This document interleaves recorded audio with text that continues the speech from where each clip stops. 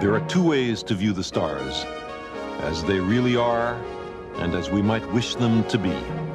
These are the Pleiades, a group of young stars astronomers recognize as leaving their stellar nurseries of gas and dust. And this is the Crab Nebula, a stellar graveyard where gas and dust are being dispersed back into the interstellar medium. Inside it is a dying pulsar. Both the Pleiades and the Crab Nebula are in a constellation that astrologers long ago named Taurus the Bull. They imagined it to influence our daily lives.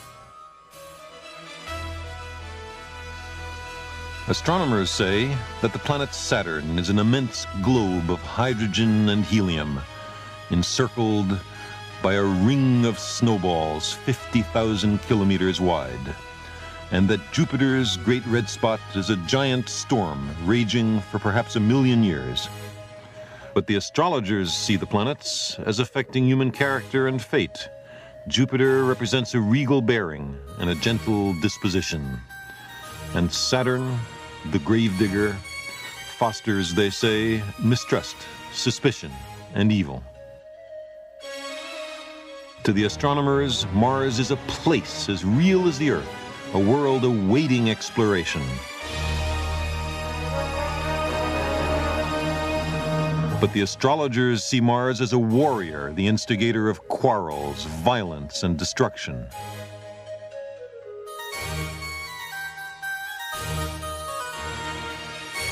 Astronomy and astrology were not always so distinct. For most of human history, the one encompassed the other. But there came a time when astronomy escaped from the confines of astrology. The two traditions began to diverge in the life and mind of Johannes Kepler. It was he who demystified the heavens by discovering that a physical force lay behind the motions of the planets. He was the first astrophysicist and the last scientific astrologer. The intellectual foundations of astrology were swept away 300 years ago, and yet astrology is still taken seriously by a great many people. Have you ever noticed how easy it is to find a magazine on astrology? Virtually every newspaper in America has a daily column on astrology. Almost none of them have even a weekly column on astronomy. People wear astrological pendants, check their horoscopes before leaving the house. Even our language preserves an astrological consciousness. For example, take the word disaster. It comes from the Greek for bad star. The Italians once believed that disease was caused by the influence of the stars. It's the origin of our word influenza. The zodiacal signs used by astrologers even ornament this statue of Prometheus in New York City. Prometheus, who stole fire from the gods.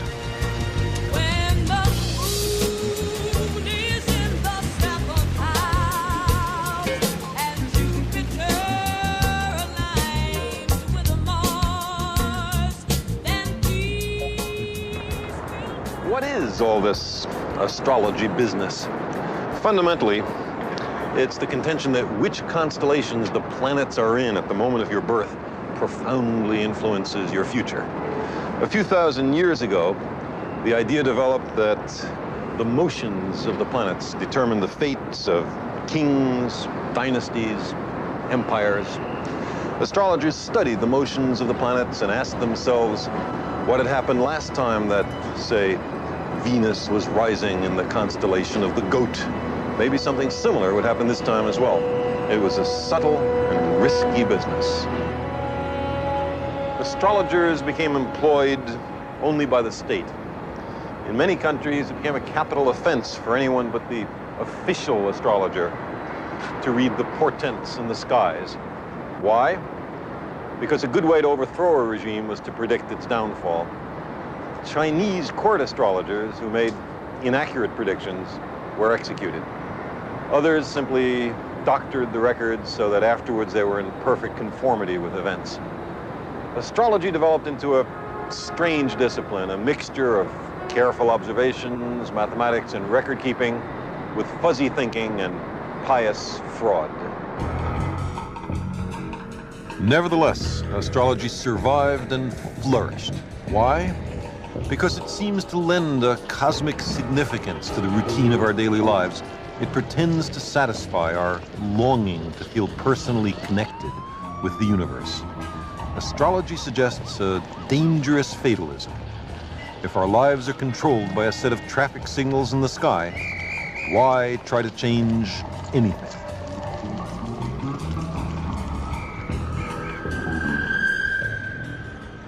Here, look at this. Here's two different newspapers published in the same city on the same day. Let's see what they do about astrology. Suppose you were a Libra that is born between September 23rd and October 22nd. According to the astrologer for the New York Post, compromise will help ease tension. Well, maybe. It's sort of vague. According to the New York Daily News' astrologer, demand more of yourself. Well, also vague, but also pretty different. It's interesting that these predictions are not predictions. They tell you what to do. They don't say what's going to happen. They're consciously designed to be so vague that it could apply to anybody, and they disagree with each other. Astrology can be tested by the lives of twins. There are many real cases like this. One twin is killed in childhood in, say, a riding accident or is struck by lightning, but the other lives to a prosperous old age. Suppose that happened to me. My twin and I would be born in precisely the same place and within minutes of each other. Exactly the same planets would be rising at our births. If astrology were valid, how could we have such profoundly different fates? It turns out that astrologers can't even agree among themselves what a given horoscope means. In careful tests, they're unable to predict the character and future of people they know nothing else about except the time and place of birth. Also, how could it possibly work?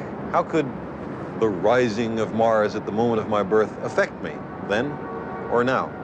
I was born in a closed room. Light from Mars couldn't get in. The only influence of Mars which could affect me was its gravity. But the gravitational influence of the obstetrician was much larger than the gravitational influence of Mars. Mars is a lot more massive, but the obstetrician was a lot closer.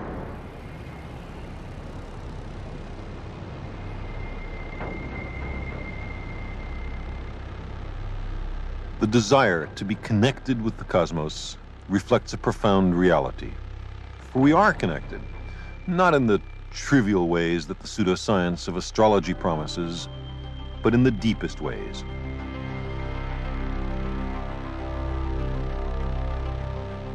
Our little planet is under the influence of a star. The sun warms us, it drives the weather, it sustains all living things. 4 billion years ago, it brought forth life on Earth. But our sun is only one of a billion trillion stars within the observable universe. And those countless suns all obey natural laws, some of which are already known to us. How did we discover that there are such laws? If we lived on a planet where nothing ever changed, there wouldn't be much to do. There'd be nothing to figure out. There'd be no impetus for science. And if we lived in an unpredictable world, where things changed in random or very complex ways, we wouldn't be able to figure things out. And again, there'd be no such thing as science. But we live in an in-between universe, where things change all right, but according to patterns, rules, or as we call them, laws of nature. If I throw a stick up in the air, it always falls down. If the sun sets in the west, it always rises again the next morning in the east. And so it's possible to figure things out. We can do science, and with it, we can improve our lives. Human beings are good at understanding the world. We always have been. We were able to hunt game or build fires only because we had figured something out.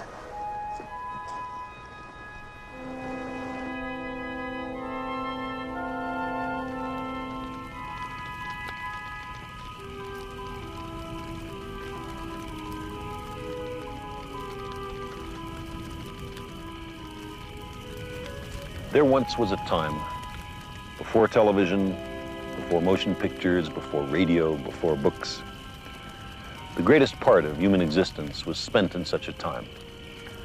And then, over the dying embers of the campfire, on a moonless night, we watched the stars.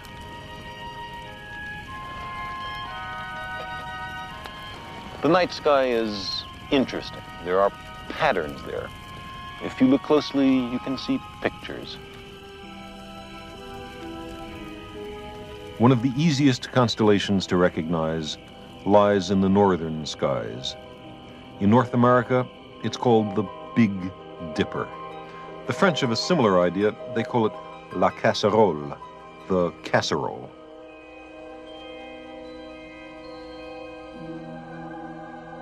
In medieval England, this same pattern of stars reminded people of a simple wooden plow.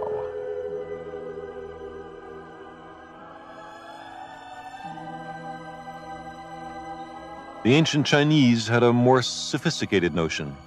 To them, these stars carried the celestial bureaucrat on his rounds about the pole of the sky, seated on the clouds and accompanied by his eternally hopeful petitioners.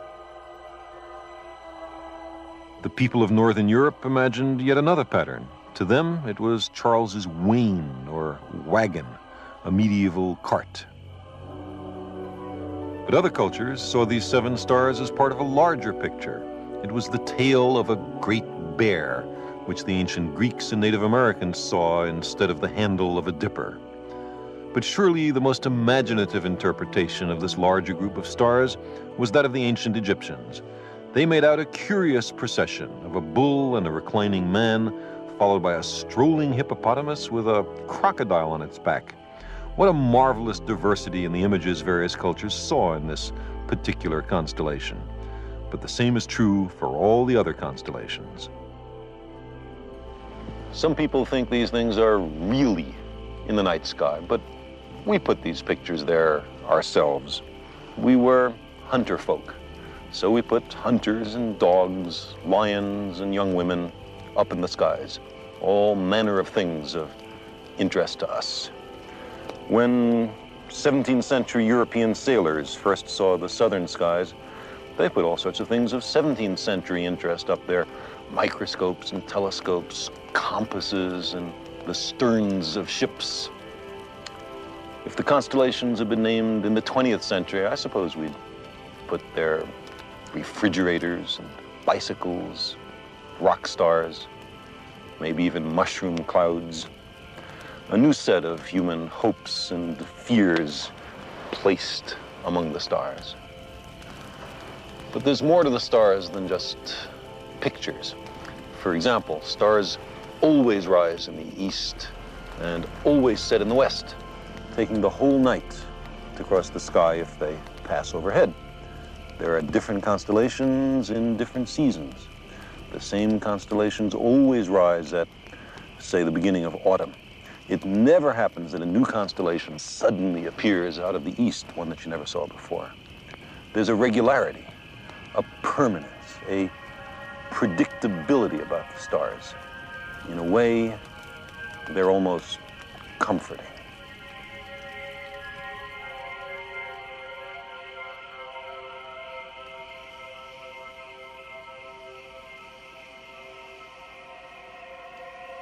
The return of the sun after a total eclipse. Its rising in the morning after its troublesome absence at night. And the reappearance of the crescent moon after the new moon all spoke to our ancestors of the possibility of surviving death. Up there in the skies was a metaphor of immortality. Almost 1,000 years ago in the American Southwest, the Anasazi people built a stone temple, an astronomical observatory to mark the longest day of the year. Dawn on that day must have been a joyous occasion, a celebration of the generosity of the sun.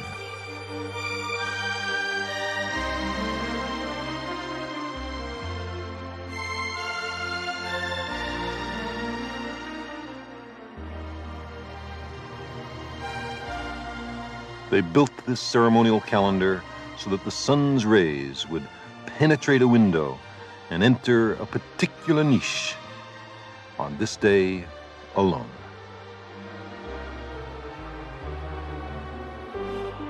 That kind of precision is a triumph of human intelligence. It outlives its creators. Today, this is a lonely place. The Anasazi people are no more. They had learned to predict the changing of the seasons. They could not predict the changing of the climate and the failure of the rains.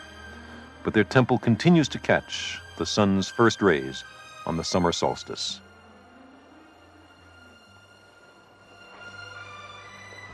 I imagine the Anasazi people gathered in these pews every June 21st, dressed with feathers and turquoise to celebrate the power of the sun. These upper niches, there are 28 of them, may represent the number of days for the moon to reappear in the same constellation. These people paid a lot of attention to the sun and the moon and the stars. And other devices based on somewhat similar designs can be found in Angkor Wat in Cambodia, Stonehenge in England, Abu Simbel in Egypt, Chichen Itza in Mexico, and in the Great Plains of North America. Now, why did people all over the world go to such great trouble to teach themselves astronomy? It was literally a matter of life and death to be able to predict the seasons. We hunted antelope or buffalo whose migrations ebbed and flowed with the seasons. Fruits and nuts were ready to be picked in some times and not in others. When we invented agriculture, we had to take care and sow our seeds and harvest our crops at just the right season. Annual meetings of far-flung nomadic peoples were set for prescribed times. Now, some alleged calendrical devices might be due to chance. For example, the accidental alignment of a window and a niche. But there are other devices wonderfully different.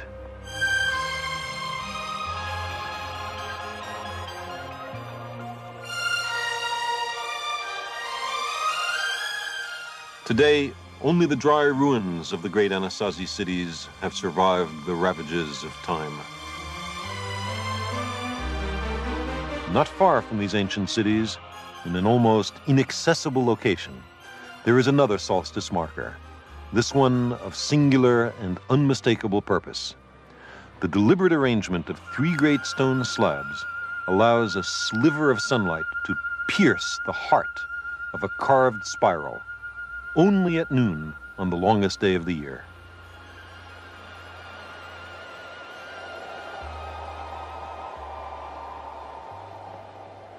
The wind whips through the canyons here in the American Southwest, and there's no one to hear it but us. A reminder of the 40,000 generations of thinking men and women who preceded us, about whom we know next to nothing, upon whom our society is based.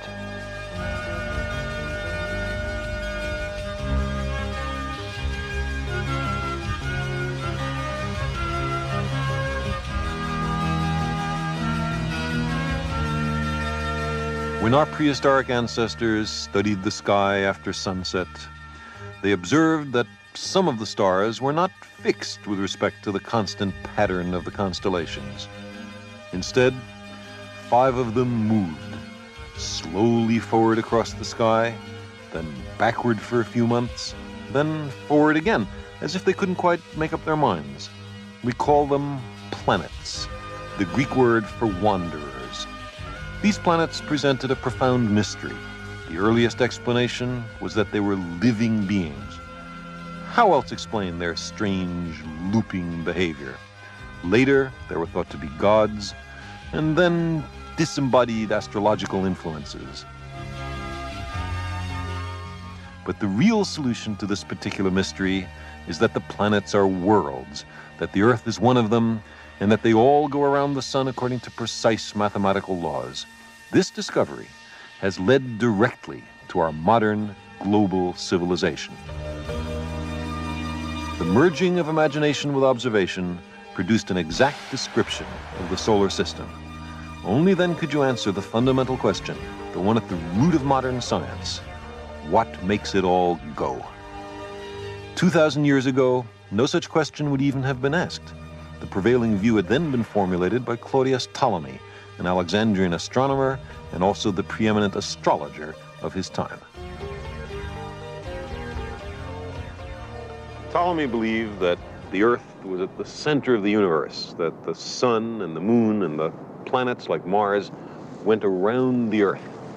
It's the most natural idea in the world. The Earth seems steady, solid, immobile, while we can see the heavenly bodies rising and setting every day. But then, how explain the loop-the-loop motion of the planets in the sky, Mars, for example? This little machine shows Ptolemy's model. The planets were imagined to go around the Earth, attached to perfect crystal spheres, but not attached directly to the spheres, but indirectly through a kind of off-center wheel.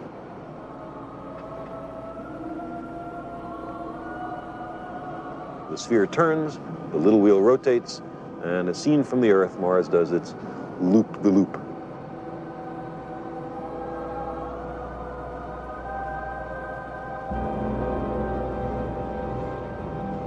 This model permitted reasonably accurate predictions of planetary motion, where a planet would be on a given day. Certainly good enough predictions for the precision of measurement in Ptolemy's time and much later. Supported by the Church through the Dark Ages, Ptolemy's model effectively prevented the advance of astronomy for 1,500 years. Finally, in 1543, a quite different explanation of the apparent motion of the planets was published by a Polish cleric named Nicholas Copernicus. Its most daring feature was the proposition that the sun, not the Earth, was at the center of the universe. The Earth was demoted to just one of the planets. The retrograde or loop-the-loop motion happens as the Earth overtakes Mars in its orbit. You can see that from the standpoint of the Earth, Mars is now going slightly backwards, and now it is going in its original direction. This Copernican model worked at least as well as Ptolemy's crystal spheres. But it annoyed an awful lot of people. The Catholic Church later put Copernicus's work on its list of forbidden books. And Martin Luther described Copernicus in these words. He said, "People give ear to an upstart astrologer. This fool wishes to reverse the entire science of astronomy." Close quote. The confrontation between the two views of the cosmos, Earth-centered and sun-centered, reached its climax with a man who, like Ptolemy, was both an astronomer and an astrologer.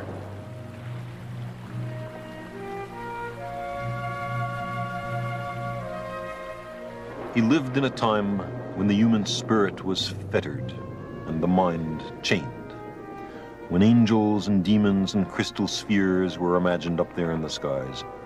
Science still lacked the slightest notion of physical laws underlying nature. But the brave and lonely struggle of this man was to provide the spark that ignited the modern scientific revolution. Johannes Kepler was born in Germany in 1571. He was sent to the Protestant seminary school in the provincial town of Maulbronn to be educated for the clergy. It was a strict, disciplined life, up before dawn to begin a long day of prayer and study.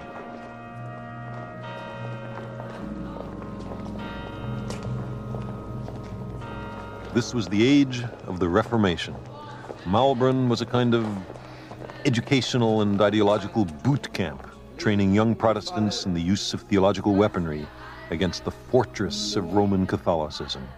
Denn ich befehle mich, meinen Leib und Seele, alles in deine Hände.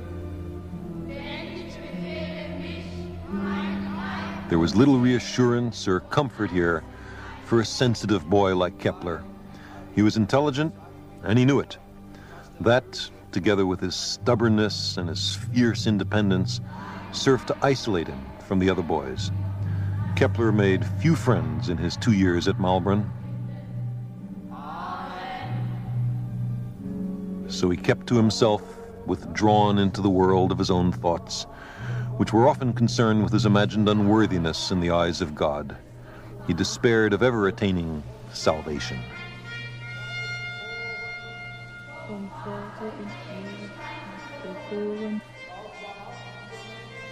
But God to him was more than punishment. God was also the creative power of the universe. And the young Kepler's curiosity about God was even greater than his fear. He wanted to know God's plan for the world. He wanted to read the mind of God. This was his obsession. It was to inspire all his great achievements. It was to take him and Europe out of the cloister of medieval thought.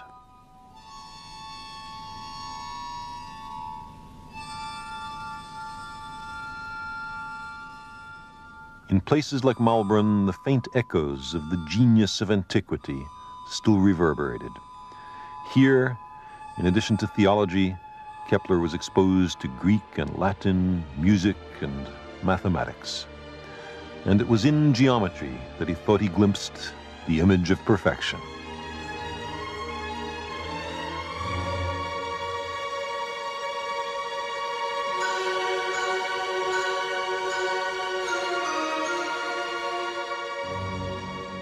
He was later to write, "Geometry existed before the creation.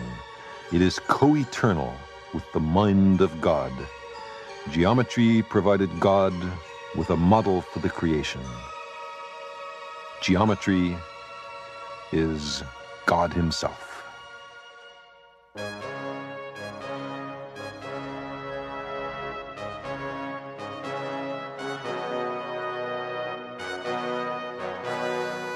But the real world of Kepler's time was far from perfect. It was haunted by fear, pestilence, famine, and war. Superstition was a natural refuge for people who were powerless. Only one thing seemed certain: the stars themselves. It was remembered that in ancient times the astrologer Ptolemy and the sage Pythagoras had taught that the heavens were harmonious and changeless. And Ptolemy had said that the motions of the planets through the stars of the zodiac were portents of events here below. Was it the influence of Mars and Venus that made his father a brutal man, a mercenary who had abandoned him?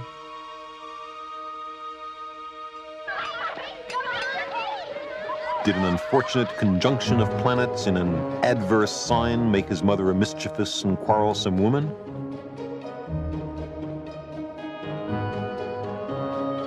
If such things were fated by the stars, then perhaps there were hidden patterns underlying the unpredictable chaos of daily life.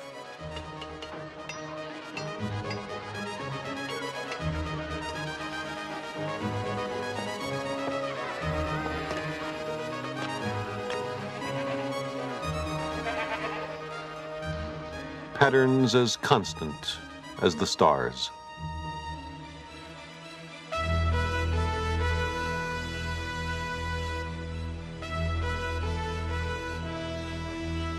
But how could you discover them? Where would you begin? If the world and everything in it was crafted by God, then shouldn't you begin with a careful study of physical reality? Was not all of creation an expression of the harmonies in the mind of God? The book of nature had waited 1,500 years for a reader.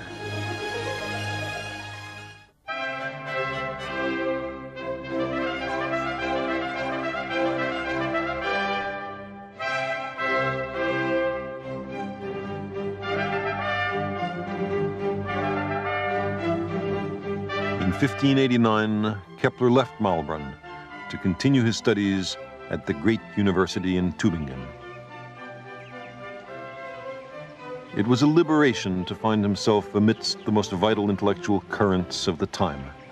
One of his teachers revealed to him the revolutionary ideas of Copernicus. Kepler relished this urbane, scholarly community. Here, his genius was recognized at last.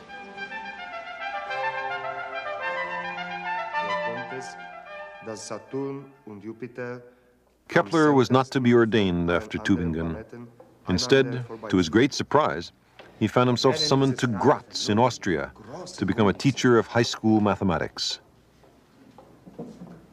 Kepler was not a very good teacher. The first year in Graz's mathematics class had only a handful of students. The second year, none.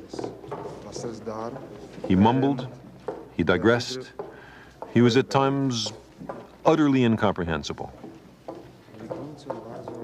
He was distracted by an incessant clamor of speculations and associations that ran through his head.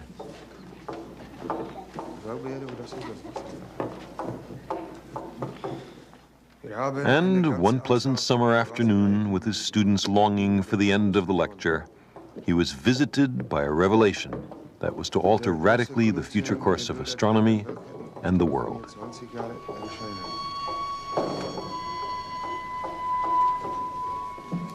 There were only 6 planets known in his time: Mercury, Venus, Earth, Mars, Jupiter, and Saturn. For some time, Kepler had been wondering, why only 6 planets? Why not 20 planets or 100? And why this particular spacing between their orbits? No one had ever asked such questions before. In the course of a lecture on astrology, Kepler inscribed within the circle of the zodiac a triangle with 3 equal sides. He then noticed, quite by accident, that a smaller circle inscribed within the triangle bore the same relationship to the outer circle as did the orbit of Jupiter to the orbit of Saturn. Could a similar geometry relate the orbits of the other planets? Now Kepler remembered the perfect solids of Pythagoras.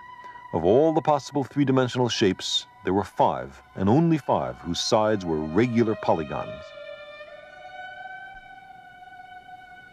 He believed that the 2 numbers were connected, that the reason there were only 6 planets was that there were only 5 regular solids. In these perfect solids, nested one within the other, he believed he had discovered the invisible supports for the spheres of the 6 planets.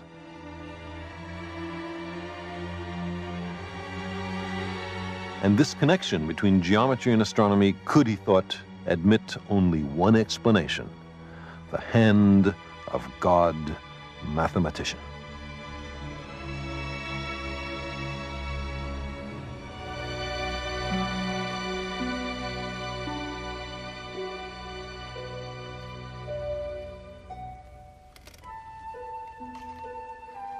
The intense pleasure I received from this discovery can never be told in words, he said. Now I no longer became weary at work. Days and nights I passed in mathematical labors until I could see whether my hypothesis would agree with the orbits of Copernicus or if my joy would vanish into thin air.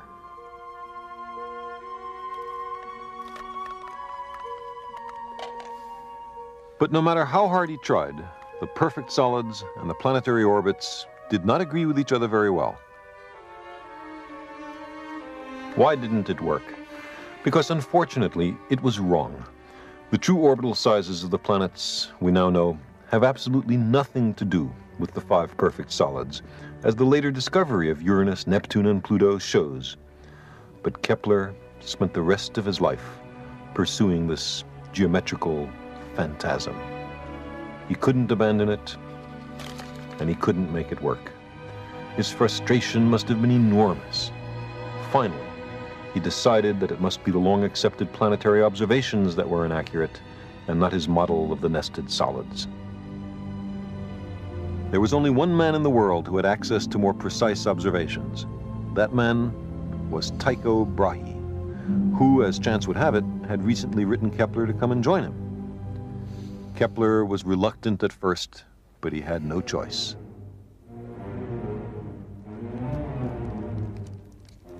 In 1598, a wave of oppression enveloped Graz. It was spearheaded by the local archduke, who vowed to restore the Catholic faith to the province and, in his own words, would rather make a desert of the country than rule over heretics.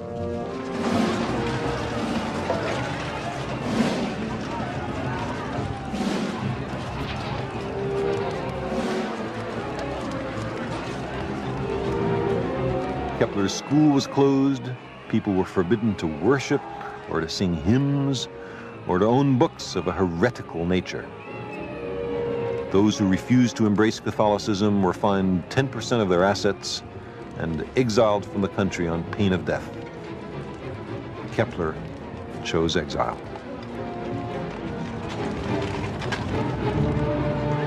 Hypocrisy I have never learned. I am in earnest about faith.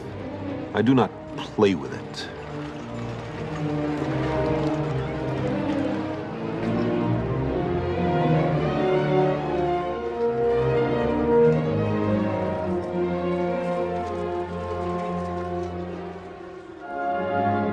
For Kepler, it was only the first in a series of exiles forced upon him by religious fanatics.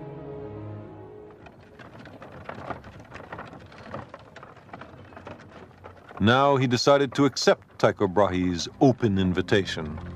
Brahe, a wealthy Danish nobleman, lived in great splendor and had recently been appointed imperial mathematician at Prague. Kepler left Graz with his wife and stepdaughter and set out on the difficult journey. Kepler's wife was not a happy woman. She was chronically ill and had recently lost 2 young children. The marriage itself was no comfort. She had no understanding of her husband's work and regarded his profession with contempt.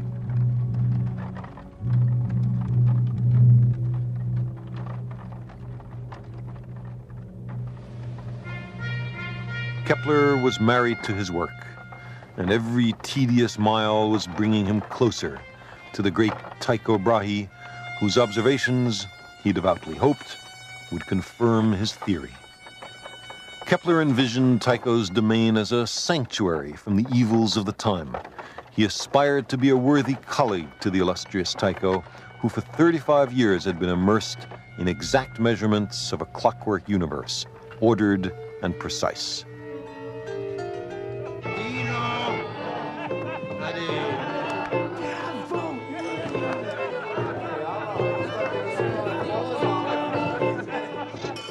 But Tycho's court was not at all what Kepler had expected.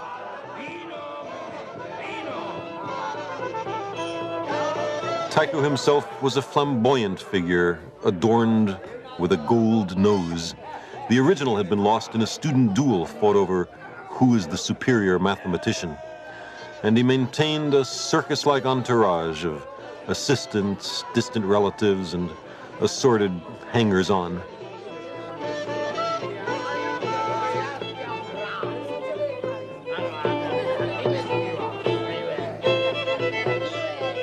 Kepler had no use for the endless revelry. He was impatient to see Tycho's data, but Tycho would give him only a few scraps at a time. Tycho, he said, gave me no opportunity to share in his studies. He would only, in the course of a meal and in between other matters, mention, as if in passing, today the figure of the apogee of one planet, tomorrow the nodes of another.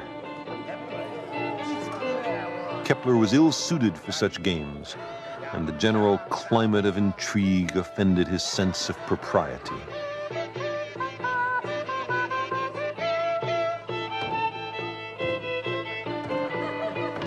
Their cruel mockery of the pious and scholarly Kepler depressed and saddened him.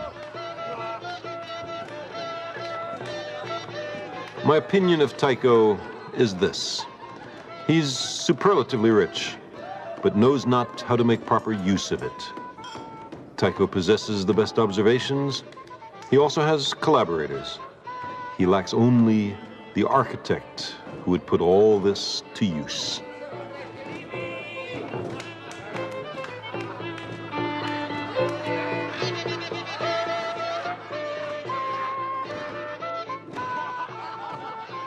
Tycho was unable to turn his observations into a coherent theory of the solar system.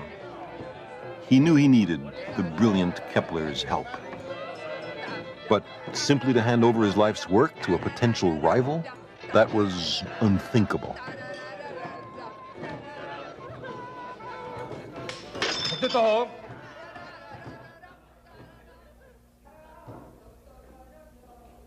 Tycho was the greatest observational genius of the age, and Kepler the greatest theoretician. Either man alone could not achieve the synthesis which both felt was now possible.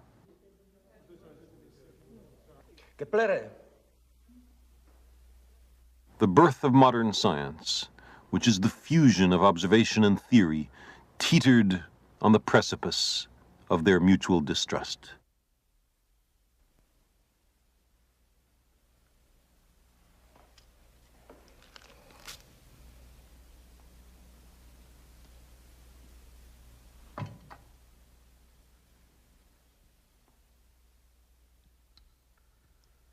The two repeatedly quarreled and were reconciled, until, a few months later, Tycho died of his habitual overindulgence in food and wine.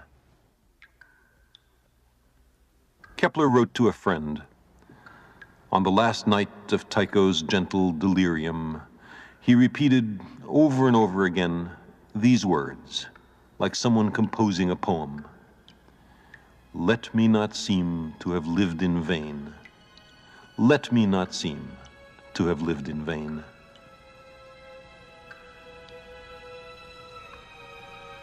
And he did not.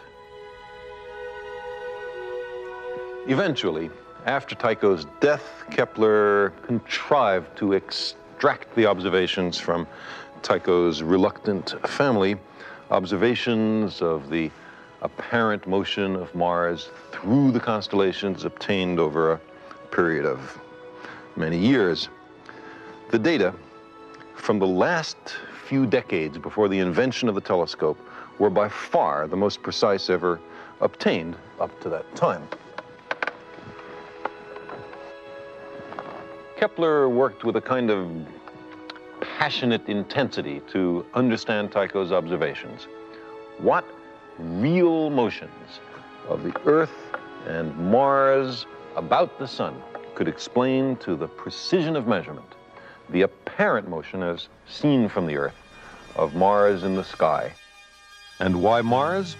Because Tycho had told Kepler that the apparent motion of Mars was the most difficult to reconcile with a circular orbit. After years of calculation, he believed that he had found the correct values for a Martian circular orbit which matched 10 of Tycho Brahe's observations within 2 minutes of arc. Now, there are 60 minutes of arc in an angular degree, and of course, 90 degrees from horizon to zenith. So a few minutes of arc is a very small quantity to measure, especially without a telescope. But Kepler's ecstasy of discovery soon crumbled into gloom, because 2 further observations by Tycho were inconsistent with his orbit by as much as 8 minutes of arc. Kepler wrote, "If I had believed that we could ignore these 8 minutes, I would have patched up my hypothesis accordingly. But since it was not permissible to ignore them, those 8 minutes pointed the road to a complete reformation of astronomy." The difference between a circular orbit and the true orbit of Mars could be distinguished only by precise measurement and by a courageous acceptance of the facts. Kepler was profoundly annoyed at having to abandon a circular orbit. It shook his faith in God as the maker of a perfect celestial geometry. Having cleaned the stable of astronomy of circles and spirals, he said, he was left with only a single cartful of dung. He tried various oval-like curves, calculated away, made some arithmetical mistakes, which caused him, in fact, to reject the correct answer. And months later, in some desperation, tried the formula for the first time for an ellipse. The ellipse matched the observations of Tycho beautifully.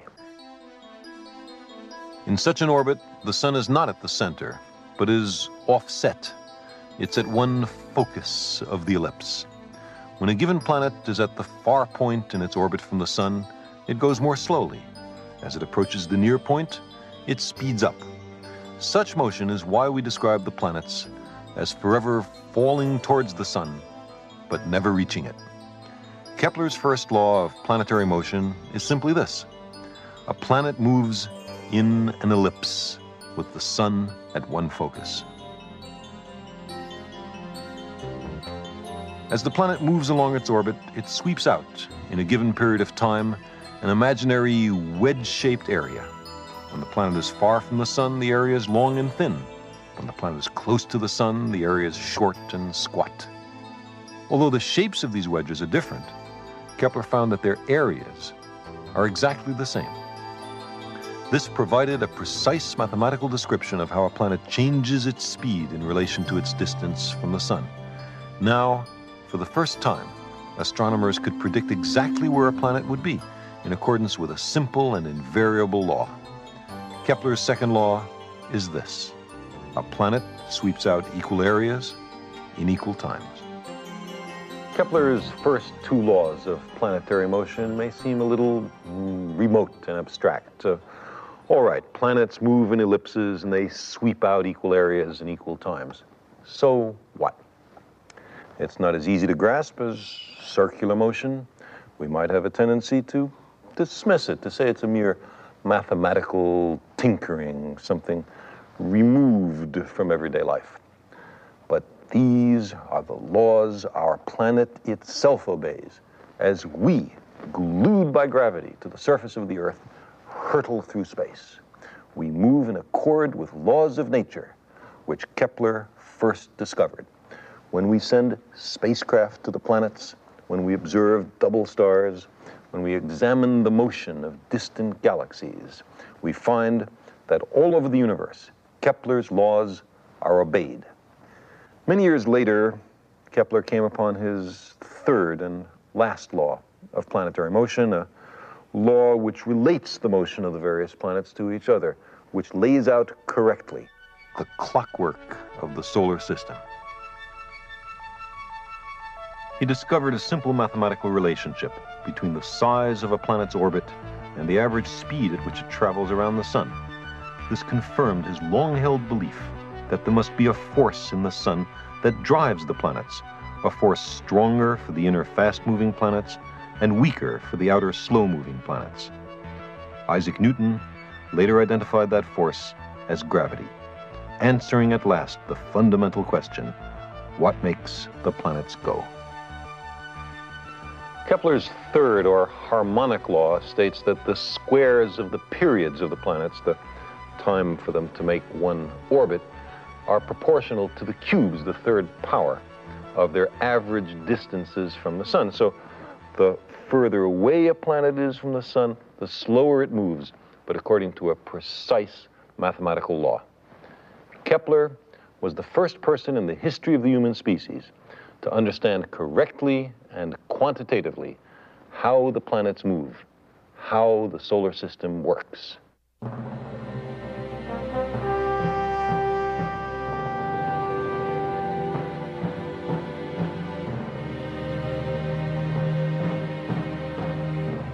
The man who sought harmony in the cosmos was fated to live at a time of exceptional discord on Earth. Exactly 8 days after Kepler's discovery of his third law, there occurred in Prague an incident that unleashed the devastating 30 Years' War. The war's convulsions shattered the lives of millions of people. Kepler lost his wife and young son to an epidemic spread by the soldiery. His royal patron was deposed, and he was excommunicated from the Lutheran Church for his uncompromising independence on questions of belief. He was a refugee once again. The conflict, portrayed on both sides as a holy war, was more an exploitation of religious bigotry by those hungry for land and power.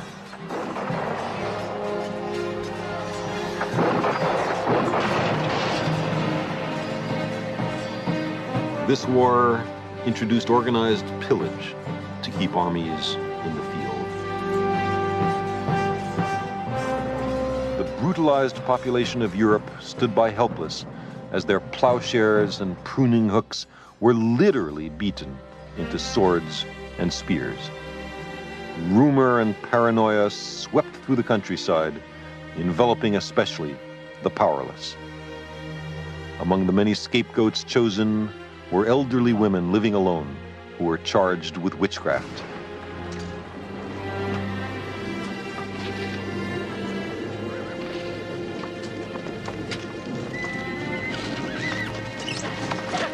Kepler's mother was taken away in the middle of the night in a laundry chest. It took Kepler 6 years of unremitting effort to save her life. In Kepler's little hometown, about 3 women were arrested, tortured, and killed as witches every year between 1615 and 1629. And Katerina Kepler was a cantankerous old woman. She engaged in disputes which annoyed the local nobility, and she sold drugs. Poor Kepler thought that he himself had contributed inadvertently to his mother's arrest. It came about because he had written one of the first works of science fiction.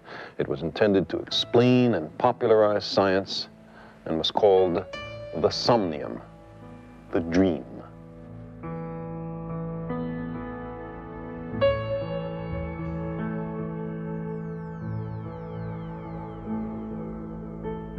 He imagined a journey to the moon with the space travelers standing on the lunar surface, looking up to see, rotating slowly above them, the lovely planet Earth. Part of the basis for the charge of witchcraft was that, in his dream, Kepler used his mother's spells to leave the Earth. But he really believed that one day human beings would launch celestial ships with sails adapted to the breezes of heaven, filled with explorers who, he said, would not fear the vastness of space. He speculated on the mountains, valleys, craters, climate, and possible inhabitants of the moon. Before Kepler, astronomy had little connection with physical reality. But with Kepler came the idea that a physical force moves the planets in their orbits. He was the first to combine a bold imagination with precise measurements to step out into the cosmos. It changed everything.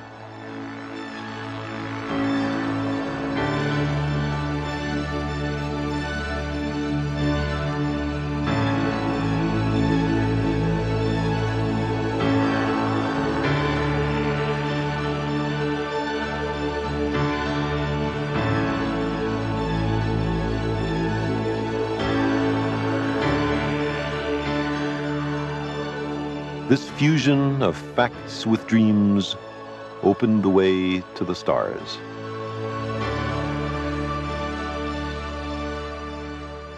As a boy, Kepler had been captured by a vision of cosmic splendor, a harmony of the worlds, which he sought so tirelessly all his life.